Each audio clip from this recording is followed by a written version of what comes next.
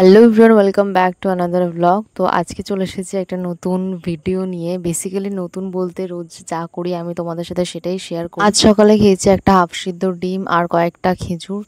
এখন কিন্তু আমার প্রপার কোনো ডায়েট থাকে না সকালে যে আজকে এটা খাবো তো কালকে সেটা খাবো।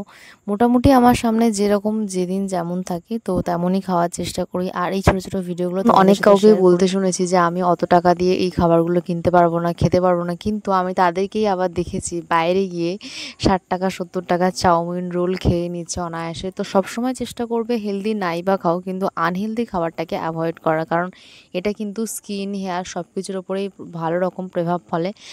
আর এইটা একটা বাড়িতে বানানো চাউমিন অশোকার মা আমার জন্য নিয়ে এসেছিলো, ওটা খেয়ে নিয়ে কিছুক্ষণ পরে আমি খেয়ে নিয়েছি এই যে মাছ ভাত।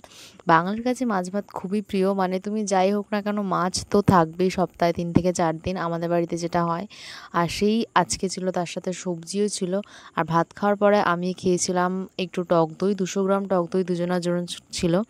তার কিছুক্ষণ পরে সন্ধ্যের দিকে আমি আর মায়ের জন্য চা বানিয়ে নিয়েছিলাম। চায়ের কালারটা এত সুন্দর, সত্যি ভীষণই ভালো এই চাটা। তোমরা বাড়িতে ট্রাই করে দেখতে পারো। আর এই যে গুবলু চলে এসছে সন্ধ্যাবেলা আমার কাছে, সারাদিন ছিল না, সন্ধ্যের টাইমটাতে একটু এসছে। ওর হাতে একটা বিস্কুট দিতেই ও কিন্তু খাওয়া শুরু করে দিয়েছে। সত্যি বলতে আমার বাচ্চাদের ভীষণই ভালো লাগে, মানে খুবই ভালো লাগে।